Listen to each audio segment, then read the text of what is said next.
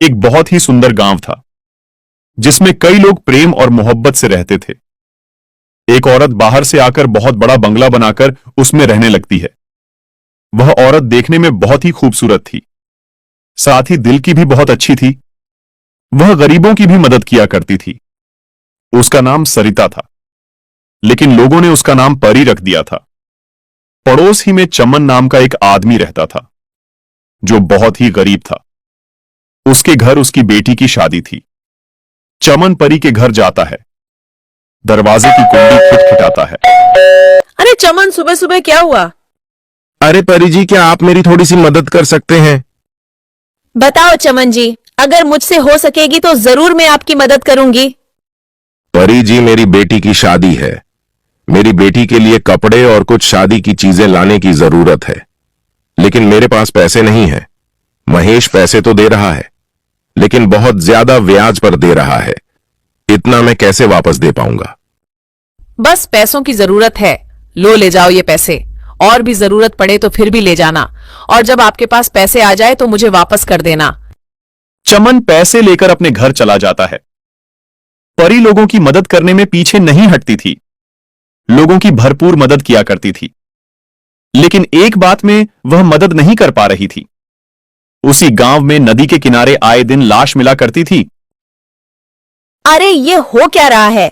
हर 2 दिन पर हमें यहाँ से लाश मिलती है। हमें इसका जल्दी पता लगाना होगा।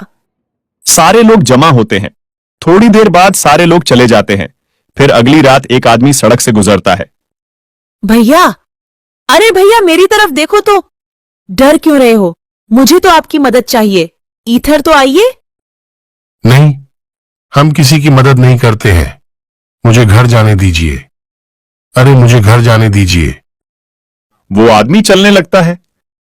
एक बार तो मेरी तरफ देखिए, शायद आपका इरादा बदल जाए। नहीं, हमको नहीं देखना। हमको माफ कीजिए, मुझे जाने दो। मैंने कहा ना मेरी तरफ देखिए, समझ नहीं आता? जैसे ही वो देखता है वो मर जाता है। हाँ हाँ हाँ हाँ, कब की रट लगा रहा था। अब तो तेरी लाश घर जाएगी। अगर एक बार मेरी तारीफ कर लेता तो मैं जिंदा छोड़ देती। उसके बाद चुड़ैल उसको नदी के किनारे डाल देती है। अगले दिन सुबह सुबह रीना रोती हुई आती है। सारे लोग जमा हो जाते हैं। क्या हुआ रीना, क्यों रो रही हो? मेरे पति महेश रात को घर नहीं आए। चलो हम उस नदी के पास जाकर देखते हैं। सारे लोग नदी के पास जाते हैं। साथ में परी भी आती है। अरे महेश को किसने मारा? मुझे तो लगता है कोई हमारे गांव को नुकसान करने के लिए ये सब कर रहा है, ताकि लोग गांव छोड़कर चले जाएं। जल्दी उसका पता लगाना होगा। अरे अब मैं छोड़ूंगा नहीं। मैं पता लगा कर रहूंगा कि यह सारा कौन कर रहा है। अगले दिन राहुल गांव के रास्ते निकलता है। तभी आवाज आती है। एक बात सुनो। सुनो भैया, क्या आप मेरी मदद कर सकते हैं? कौन है तू? इससे क्या फर्क पड़ता है कौन हूं मैं? अच्छा, तुम ही हो जो लोगों को मार डालती हो। हाँ हाँ हाँ, मैं ही हूं जो लोगों को मार रही हूं। तुम क्या कर लोगे? आज तो तुम्हारी बारी है। हा हा हा हा हा। अरे नहीं, मुझे पता नहीं था कि तुम एक चुड़ैल हो। मुझे छोड़ दो। तुम्हें लोगों के साथ जो करना है करो, मुझे छोड़ दो।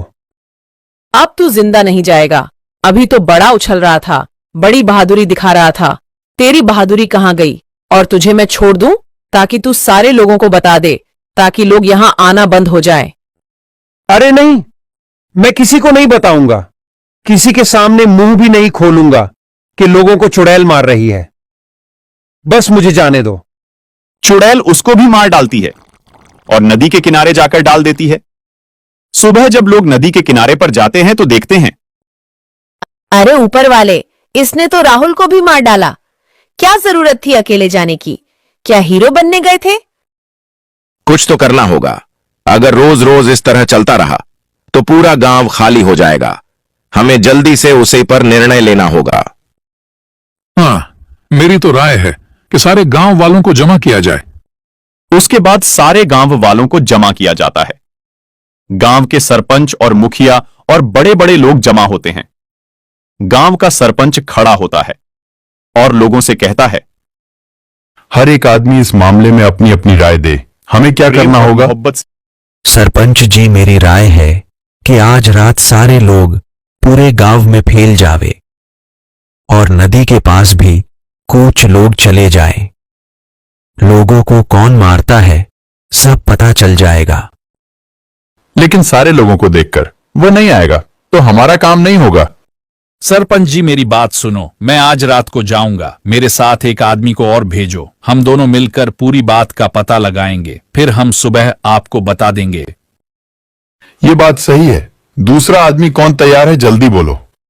तो एक आदमी खड़ा होता है जिसका नाम प्रकाश होता है। सरपंच जी, मैं जाऊंगा। लोग अपने घरों पर चले जाते हैं। जैसे ही रात होती है तो प्रकाश और मोनू दोनों गांव से निकलकर सड़क के करीब जाते हैं। वहां से दोनों अलग अलग हो जाते हैं। जैसे ही प्रकाश थोड़ा आगे जाता है तो आवाज आती है, अरे सुनो, मेरी तरफ एक बार तो देखो। अरे चुड़ैल, तू ही लोगों को मारती है। हा, मैं ही मारती हूँ। आज तेरी बारी है। प्रकाश फौरन वहां से दौड़ता है। प्रकाश फौरन मोनू को बुलाता है। मोनू, जल्दी मेरी तरफ आओ, यहां चुड़ैल रहती है। अरे प्रकाश, क्या हुआ? अरे भाई, देखो उधर दूर, जो अभी औरत नजर आती है वही चुड़ैल बनकर आई थी। चलो उधर जाकर देखते हैं। जैसे ही वह दोनों चुपके से देखते हैं तो प्रकाश कहता है, अरे ये तो परी है, परी। ये दोनों आदमी भागकर गांव आ जाते हैं। फिर वह दोनों अपने अपने घर चले जाते हैं। जैसे ही सुबह होती है वह दोनों सरपंच के पास जाते हैं। फिर सारी बात सरपंच को बताते हैं। फिर सरपंच गांव के कई लोगों को लेकर परी के घर जाते हैं। सारे लोग और सरपंच परी के घर जाकर दरवाजा खिटखिटाते हैं। प्रेम और मोहब्बत परी बाहर नहीं आती। सारे लोग आपस में एक दूसरे से कहने लगते हैं, लगता है परी को पता चल गया है, अब बाहर नहीं आएगी।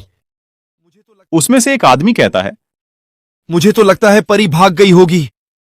सारे लोग शोर करने लगते हैं, जिसकी आवाज सुनकर परी घर का दरवाजा खोलकर बाहर आती है। अरे सारे गांव वाले मेरे घर क्यों आए हो? क्या हुआ है? कोई जरूरत है क्या? नहीं नहीं, हमें यह खबर पहुंची है, आप ही रात को चुड़ैल बनकर लोगों को मारती हो। अरे ऐसा कौन कहता है कि मैं रात को चुड़ैल बनकर लोगों को मारती हूँ? सुनिए परी जी, कल रात मोनू और प्रकाश दोनों गांव के बाहर सड़क पर जा रहे थे। जब दोनों अलग हो गए तब प्रकाश के सामने चुड़ैल बनकर क्या कह रही थी। हाँ, मैं ही चुड़ैल थी। क्या कर लोगे? अरे परी, आप ऐसा रात में क्यों करती हो? उसकी क्या वजह है? सरपंच जी, जरा सुनिए। जब मेरा पति चोरी करते हुए पकड़ा गया था, उसी वक्त गांव वालों ने मिलकर उसको मार दिया था। उस वक्त मैं प्रेग्नेंट थी। मेरे पति के मर जाने के बाद मैंने आत्महत्या कर दी थी। तब से मेरी आरती चुड़ैल बंद कर भटक रही है। मैं किसी को नहीं छोड़ूंगी, सारे गांव वालों से बदला लेकर रहूंगी। तभी परी चुड़ैल बन जाती है। तभी सरपंच के पास दो आदमी आकर कहते हैं, सरपंच, हम तांत्रिक को लेकर आते हैं, वो चुड़ैल को अपने कब्जे में कर देगा। वो दोनों तांत्रिक के पास जाते हैं और तांत्रिक को सारी बात बताते हैं। तांत्रिक उन दोनों के साथ आता है। तांत्रिक चुड़ैल से कहता है, गांव वालों को परेशान करना बंद कर दे। नहीं, मैं गांव वालों से बदला लेकर रहूंगी। तभी तांत्रिक चुड़ैल को आग लगा देता है। चुड़ैल जल जाती है। सारे गांव वालों को चुड़ैल से छुटकारा मिल जाता है। सारे गांव वाले तांत्रिक का शुक्रिया अदा करते हैं। गांव वाले तांत्रिक को बहुत सारी चीजें गिफ्ट करते हैं। तांत्रिक उन चीजों को लेकर चला जाता है। फिर गांव वाले खुशी खुशी रहने लगते हैं। सरपंच मोनू और प्रकाश को कुछ पैसे दे देता है। उनकी हिम्मत की वजह से पूरे गांव वालों को छुटकारा मिलता है। दोस्तों, इस कहानी से हमें यह सीख मिलती है, कभी भी किसी पर आंख बंद करके